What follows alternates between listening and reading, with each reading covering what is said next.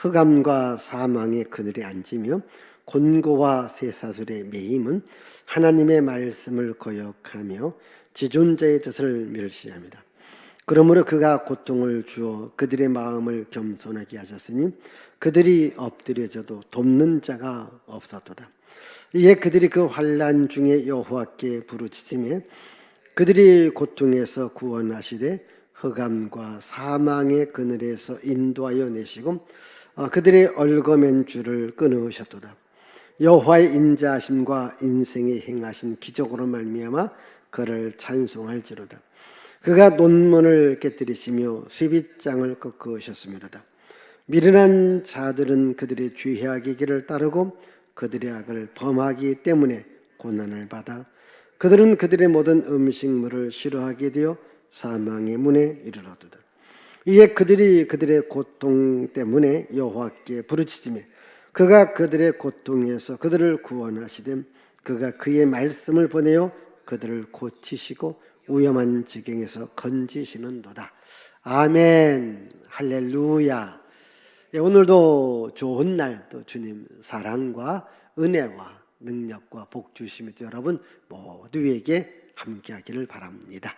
자, 오늘 이 시간에는 오직 성경으로라고 하는 제목으로 함께 말씀을 나누겠습니다. 여러분, 내일이 혹시 무슨 날인가 아시나요? 내일? 내일은 종교개혁 주일인 겁니다. 즉 종교개혁 기념일. 오늘은 종교개혁 주일. 1517년 마틴 루터가 이제 다시 성경으로 돌아가자는 운동, 이걸 종교개혁 운동이라고 해요. 이 중세 시대에 이 교회들이 너무 세상으로 나가요. 즉 성경 말씀을 벗어나는 많은 일들을 합니다. 그 전에도 위클리프라든가 얀 후스라든가 또 많은 종교 개혁자들이 있었습니다. 이들이 다시 성경으로 돌아가자는 운동을 했습니다. 마지막 이제 성공한 사람이 누구냐면 마틴 루터예요. 그래서 이 중세 교회에서 우리 기독교가 나옵니다. 그래서 1517년을 기점으로 해서 이제 천주교와 기독교가 이때 갈라집니다. 그래서 우리 기독교를 개혁교회다. 즉 날마다 성경으로 돌아가야 되고 또 성경을 중심으로 신앙생활해야 된다. 그래서 이 종교개혁자들이 첫 번째 주장했던 주장이 뭐냐면 오직 성경으로 돌아가야 된다. 이게 바로 종교개혁자들의 외침이었고, 그래서 오늘 우리 한국교회도 다시 성경으로 돌아가는 운동을 펴야 돼요. 세상 문화를 개혁하고 기독교 문화를 만들자고 한 것이 바로 종교개혁이거든요. 성경에서 떠나간 이야기, 성경이 말하지 않는 이야기를 우리는 문화로 만들지 않은 거예요. 성경적 문화, 신앙적 문화, 기독교적 문화가 있습니다. 그래서 우리는 다시 복음으로 들어와야 돼요. 성경으로 들어와야 됩니다. 그게 종교개혁자들의 외침이거든요. 다시 성경으로 돌아와라. 그래서 오늘 여러분도 혹시 우리 여기 지금 청년들도 있고 젊은이들도 있고 내일 혹시 사탕 사고 과자 사고 주고받고 이럴 줄 하지 마세요. 혹 자녀들이 한다고 하면 야, 너 그날이 무슨 날이냐? 종교개혁 기념일이야. 그 개혁하자고 500년 전에 마틴 루터라든가 우리의 개혁자들이 목숨 걸고, 사실 목숨 걸었어요. 여러분 그 위클리프, 얀 후스 다 화형당해요. 개혁하자고 외침을 했어요. 이것이 오늘 한국교회인데 이 한국교회가 너무 세상적 문화, 그 혼합적 신앙으로 우리 신앙인들이 점점 변질되어 가잖아요. 그래서 우리 여기 우리 주일 학생들이라든가 중고등부나 청년부들이 지금 너무 세상 문화에 빠져 있어요. 기독교적 복음에 정말 은혜 가운데 살아가는 것이 아니라, 말씀 가운데 살아가는 것이 아니라 너무 세상이 너무 좋은 거야. 이제 우리는 그러면 안 되는 거야. 또 여러분들도 그런 마음하고, 가정에서도 헬리건데이 얘기하면, 야, 그날이 종교개혁 기념일이야. 그거 개혁해야 돼. 이렇게 좀 알고 말 좀 할 수 있기를 바라요. 하나님은 우리들에게 말씀을 주셨어요. 하나님은 살아계신 하나님이시죠. 살아계신 하나님의 말씀이냐? 성경이거든요. 그래서 우리는 이 성경 말씀을 매일 먹어야 돼요. 영양식으로 먹어야 돼요. 말씀을 먹을 때에 영혼이 잘 되고 범사가 잘 되고 강건한 은혜를 받을 수 있습니다. 이 시편을 통해서 이렇게 말합니다. 사람이 사망과 흑암의 그늘에 앉아 있다. 또는 쇠사슬에 매여 있다. 왜 이렇게 흑암과 사망의 그늘에 앉아 있는가? 왜 쇠사슬에 매임받아 저런 삶을 살아가게 되는가? 그것은 하나님의 말씀을 버렸기 때문이에요. 하나님의 말씀을 무시했고 하나님의 말씀을 거역했기 때문이다. 이렇게 말하고 있습니다. 우리 한번 말씀 가운데 여기 10절과 11절 자, 다 같이 읽어요. 시작. 사람이 흑암과 사망의 그늘에 앉으며 공고와 쇠사슬의 매임은 하나님의 말씀을 거역하며 지존자의 뜻을 멸시함이라.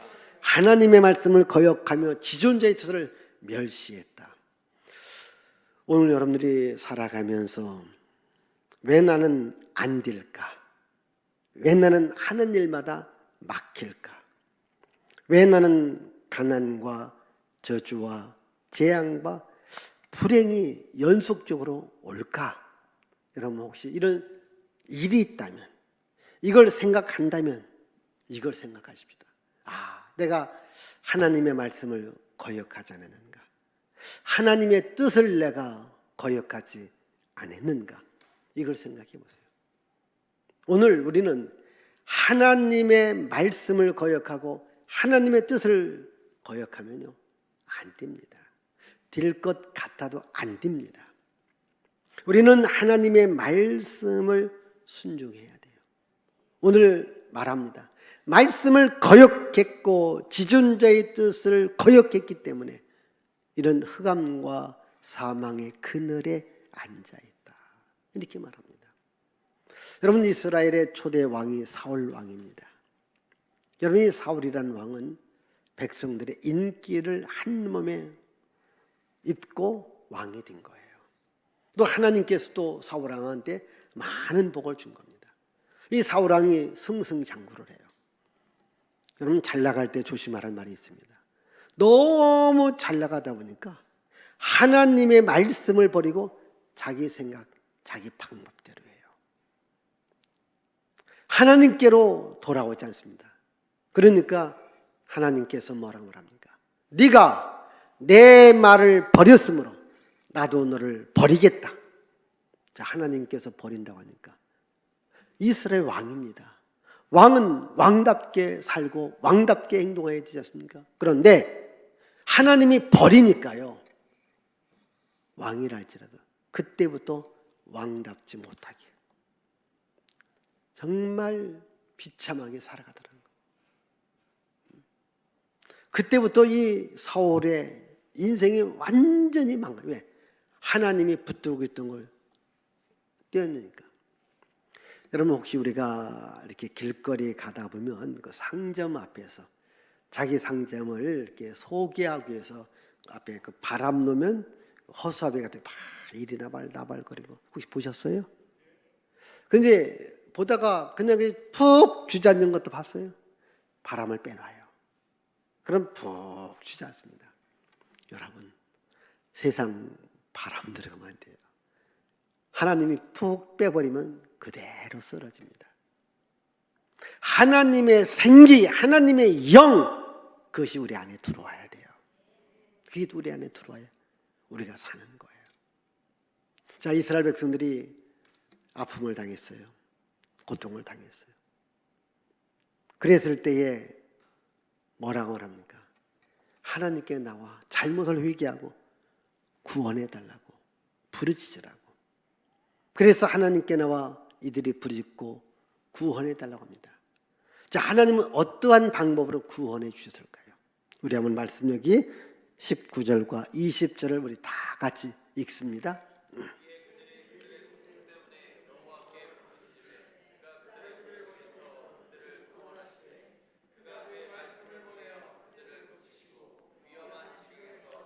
자, 하나님께서는 말씀을 보내 고쳐주더라는 거예요. 말씀을 보내 고쳐준 거예요. 잘 보십시다.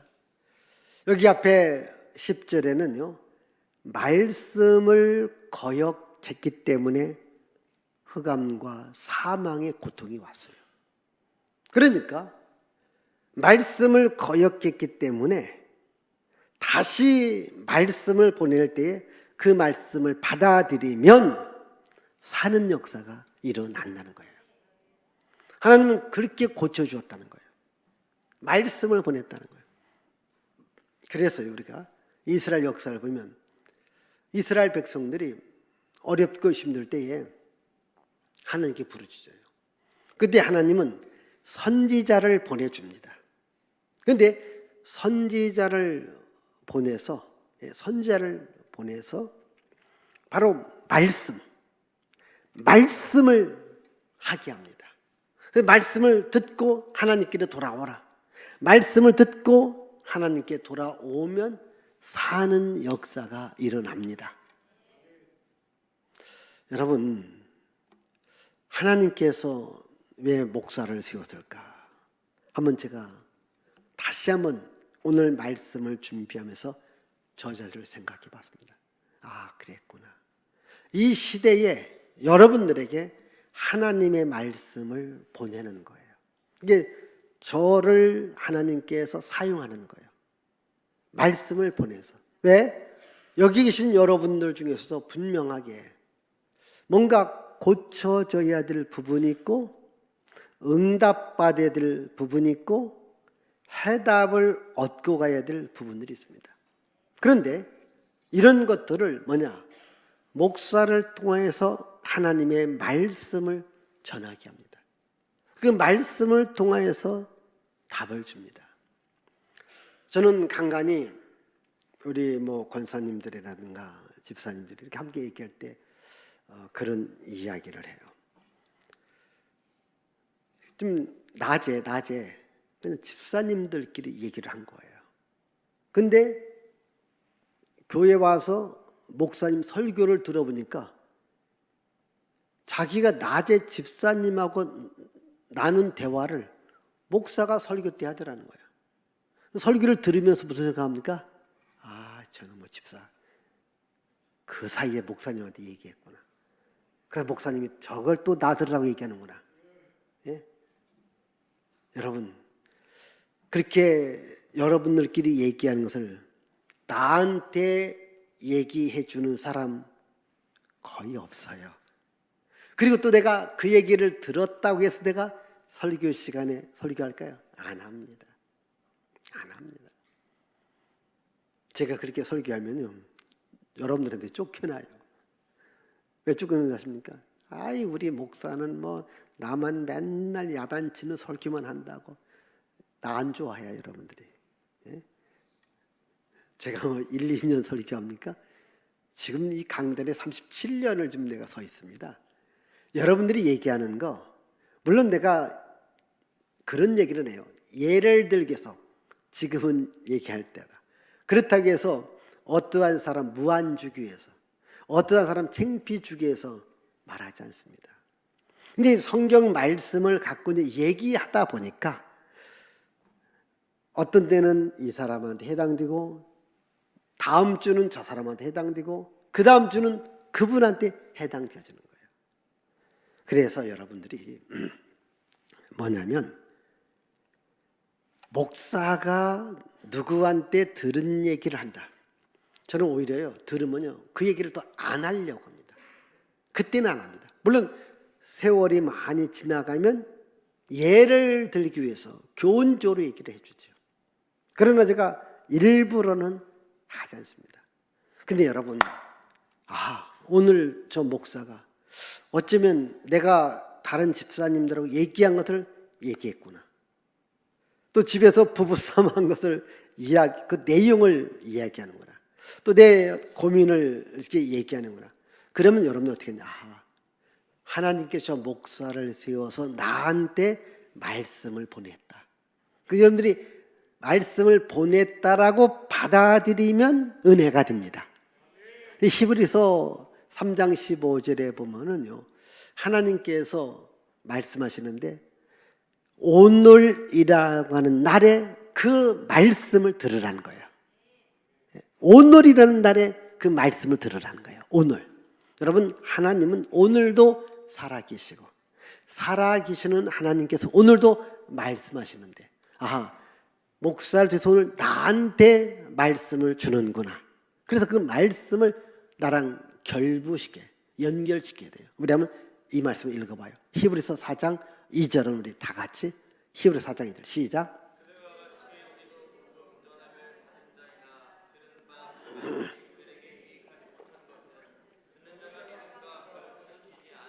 자, 이게 말씀을 이렇게 전하고 여러분 들었습니다.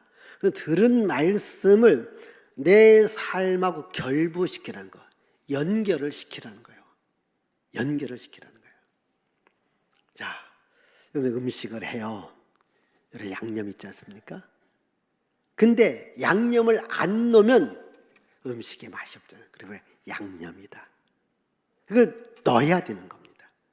오늘 여러분들의 모든 삶에 가정 문제가 있습니다. 직장 문제가 있습니다. 사업 문제가 있습니다. 또 우리 여러 가지 물질 문제가 있습니다. 우리 살아가면서 여러 가지 문제가 있지 않습니까? 그럼 그 문제에 한번 하나님의 말씀하고 한번 연결을 시켜보라는 겁니다. 여기서 답을 얻을 수 있다는 거예요. 제가 이렇게 설교를 하다 보면 참 많이 설교하지 않습니까? 왜 그럴까요? 이 중에 오늘 말씀이 나한테 꼭 필요한 분이 있어요. 그럼 나는 필요하지 않기 때문에 안 온다 아니에요. 그 말씀을 듣고 보면 또 나중에 그 말이 필요할 때가 있어요. 이게 말씀을 많이 저축을 해놓는 거예요. 그래서 이런 때는 이 말씀으로 결부시킬 것이고 저런 때는 저 말씀을 결부시킬 때. 그래서 우리들의 일하고 말씀하고 서로 연결을 시킬 때, 결부시킬 때에 여기에서 하나님께서 해답을 준다는 거예요.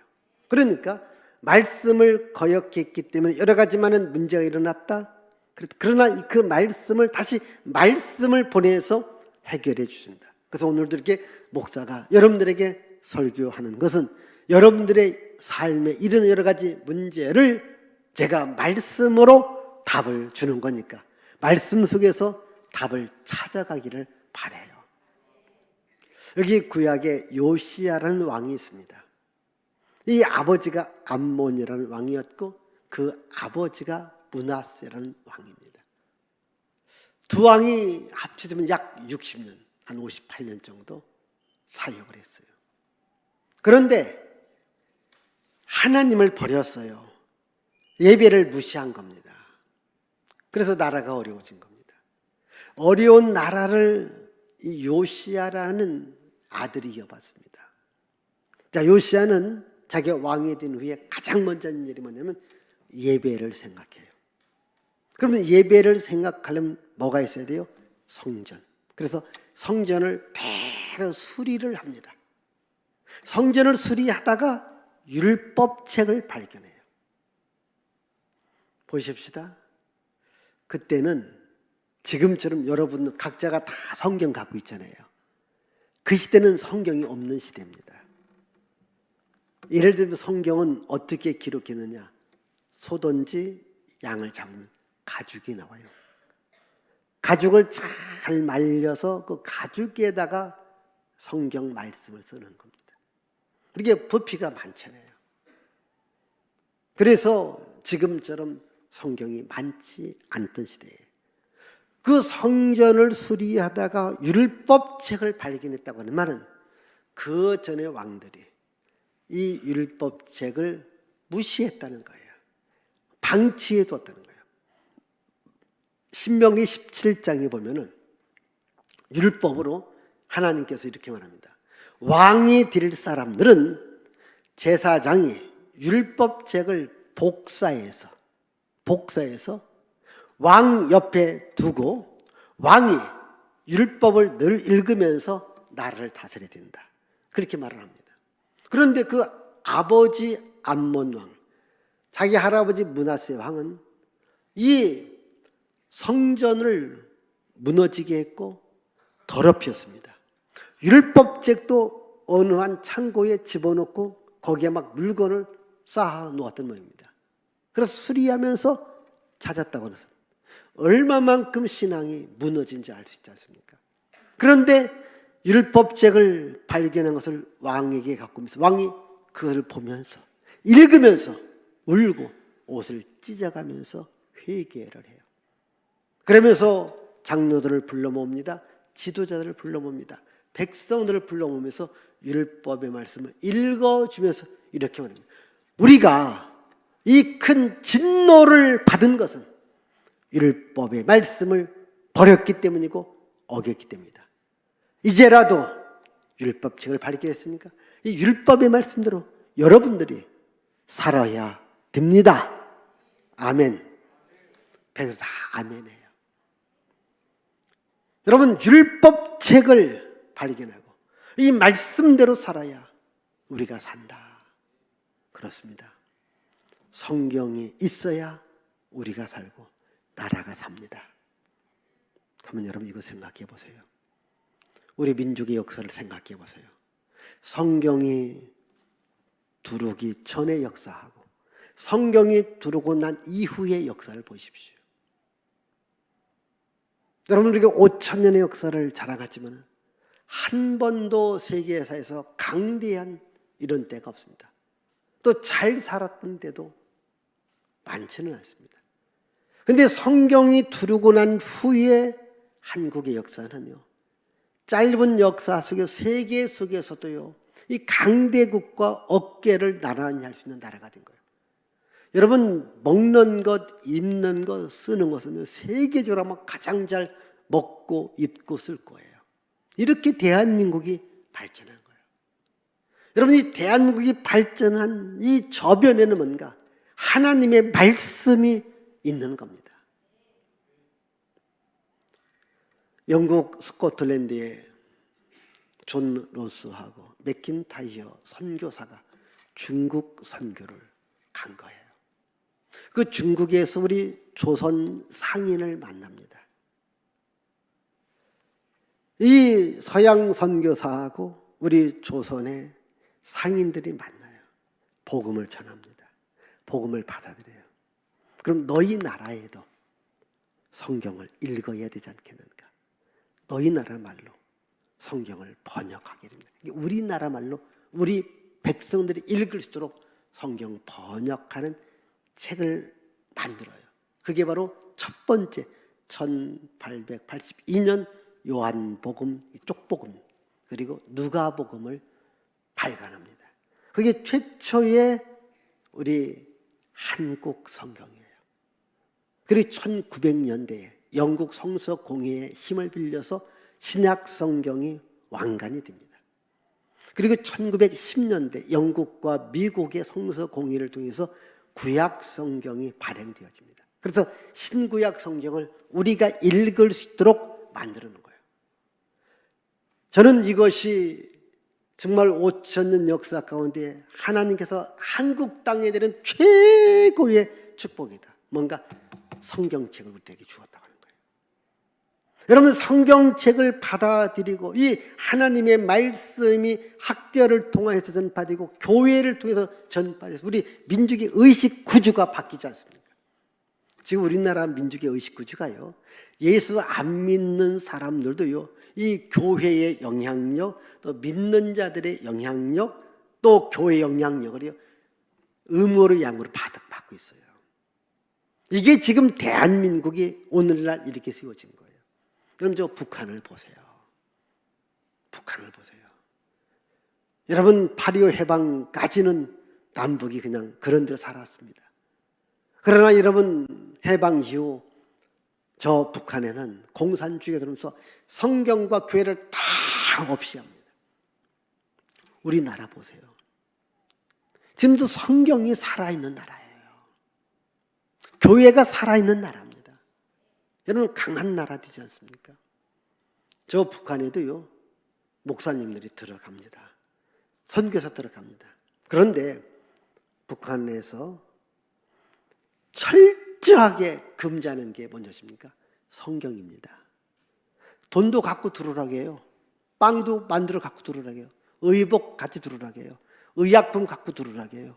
어떠한 거 갖고 들어오라고 해요. 그러나 성경책만은 절대 목사가 됐던 선교사 누구든지 성경책을 갖고 못 들어오게 돼요. 여러분 그만큼 그들은 성경이 변화시키는 줄 알아요. 근데 성경책을 통하여서요 하나님의 복이 따라오는 겁니다. 아멘. 그래서 우리가 이 나라 지도자들이 법을 세우는데 우리가 관심 갖고 기도해야 될 것이 뭐냐면 성경이 반대하는 악법들을 세우는 것이 많습니다. 가장 대표적으로 동성애법. 근데 이제는 동성애라는 말을 너무 많이 하니까 여기 유사한 말들이요 많아요. 뭐 평등법, 차별법, 인권법, 그리고 또 이 동성애 관계된 것도 참 많아요. 이것은요 인간을 말살시키는 거고요. 또한 가정을 파괴시키는 거고요. 또 교회를 파괴시키는 겁니다. 근데 이런 것들을 지금 우리나라 국회에서 지도자들이 만들려고 아주 몸부림칩니다. 우리 교회가 계속 막아요. 근데 이것도 이제 어느 한계가 올 것 같아요. 너무 세상 문화들이 교회 안에 깊이 들어와 있습니다. 그래서 그렇게 개혁해야 된다. 이런 개혁해야 된다는 거예요. 여러분 세상 문화가 교회 안에 또 나쁜 문화가 교회는 이들을 개혁하는 것이 성경대로 우리가 믿음 생활하자. 이게 한국교회가 살아 나가야 될 길이고 우리가 해야 될 일이라는 거죠. 그래서 오늘 여기 계신 여러분들도 이 성경이라고 하는 것이 얼마나 우리 민족을 복되게 만드는지를 아셔야 됩니다. 그래서요 정부의 어떠한 지도자들은요 이 기독교 계통의 학교를 없애려고 하지 않습니까? 여러분 기독교 계통은 꼭 두 가지를 반드시 해야 됩니다. 하나는 채플이라는 예배가 있고 하나는 성경 공부라는 시간이 있습니다. 제가 미션 스쿨 중학교 고등학교는 너무 잘 알아요. 지금은요 이것들을 다 금지시키고 여러분 미션 스쿨에 세워진 이 대학들도요 이제 자유를 갖게 선택을 하게 만들지 않습니까? 이 성경을 빼려고 해요. 교회 예배를 빼려고 합니다. 이것은요 복을 빼앗는 것 같은데 근데 모르죠 세상 사람들은. 오히려 성경을 빼고 예배를 빼면 좋은 줄 알잖아요. 아닙니다.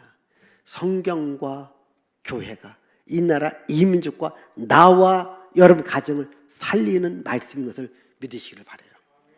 그래서 우리 예수님께서 말합니다. 오직 성경을 연구해라. 오직 성경입니다. 자, 요한복음 5장 39절 자 읽어보십시다. 시작.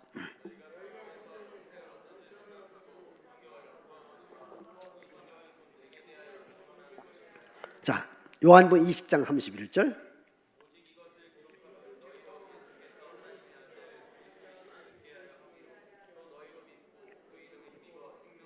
자, 성경을 연구하라. 이 안에 생명이 있다는 거예요. 영생이 있다는 거예요. 여러분 성경이 왜 귀한지 우리들에게 영생 생명을 주는 책이거든요. 여러분 세상 어떤 책이 우리들에게 영생 생명을 줍니까? 제가 어제 여러분 느꼈을 거예요. 제 책상 위에 있는 휴대폰이 갑자기 삐 소리가 나요. 보통 때 이게 이 재난 문자 보내는 것보다도 몇 배나 강하게 삐 소리가. 아마 여러분 들었잖아요. 이렇게 보니까 제천 근방에 지진이 났다는 거예요. 그러더니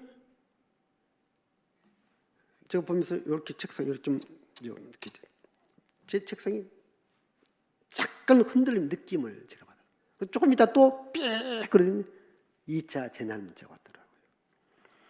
자, 여기서 제가 느낌을 말하려고 해요. 지진 났다. 그 문제를 보면서 우리나라도 그래도 지진 안전 국가인데 몇 해 전에 포항에서 났고 이제 내륙입니다. 여러분 그 충북 제천은 내륙 지방이에요. 거기서 지진이 났다는 것은 우리나라도 안전지대가 돼요. 저는 뭘 생각했냐면 종말이 가까이 오고 있지 않는가. 예, 종말. 세상 끝날을 생각해 봐요. 왜? 성경에서 종말의 징조가 있습니다. 기근과 지진과 전쟁과 전염병과 재앙들이 창궐하면 세상 끝나는 날인 줄 알고 마지막을 준비하라. 이게 성경 말씀이거든요. 저는 문득 이 종말이 온다면 세상 끝날이 온다면 여러분 보십시다. 여러분들 이북에서는 그렇게 계속 핵미사일을 쓰는 연습하고 앞으로 쓸 것이다. 저기 러시아 우크라이나 전쟁, 지구촌 곳곳에 많은 문제들이 있지 않습니까? 세상 끝날이 가까이 올 때에 그럼 우리들의 가장 필요한 게 뭘까? 여러분 전쟁 하면 뭘까요? 여러분 전쟁 나도요 피난 가도 죽을 사람 죽습니다. 우리 가장 필요한 게 뭐냐? 생명입니다. 영생입니다.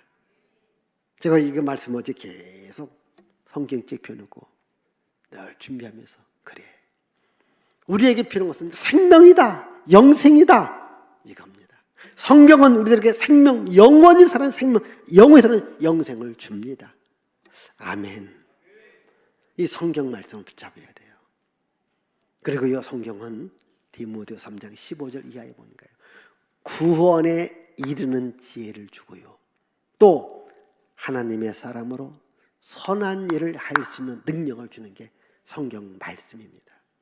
무슨 말이냐면요 저는 그렇게 봅니다. 예수 믿는 사람하고 안 믿는 사람 누가 더 강할까? 고난이 옵니다. 시련이 옵니다. 역경이 올 때 예수 믿는 사람들이 극복하는 힘이 훨씬 강합니다. 왜요? 성경을 알고 말씀을 알고 또 믿음을 갖고 하나님께 기도해서 그걸 이겨나가려고 해요. 근데 일반인들은 쉽게 좌절하고 포기할 수 있습니다. 그러니까 우리에게는 성경이라고는 구원에 이르는 키를 갖고 있거든요. 여기서는 이렇게 벗어날 수 있다. 이 길을 우리가 알고 있다고 하는 거예요. 그게 중요하지 않습니까? 그래서 여러분 그래도 교회 다니는 사람들이요 강합니다.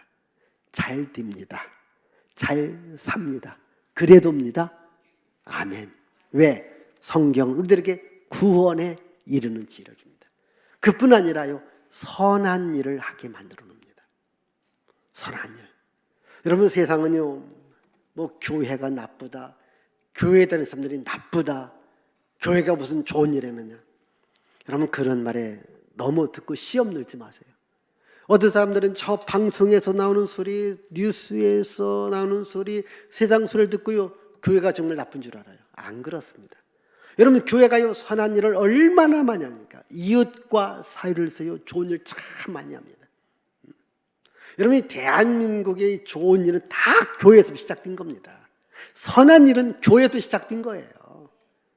지금 저들이 교회를 핍박하고 교회를 무시하기 때문에 뭐 교회가 저러냐, 뭐 교회가 오늘날 뭐 했다고요. 그래서 이 방송에서 보면요, 자, 제가 쉽게 말합니다. 자, 불교가 있고 캐톨릭이 있고 이렇게 이 두 가지는 별말이에요. 오직 교회만 해서는 나쁜 얘기 다 합니다. 왜?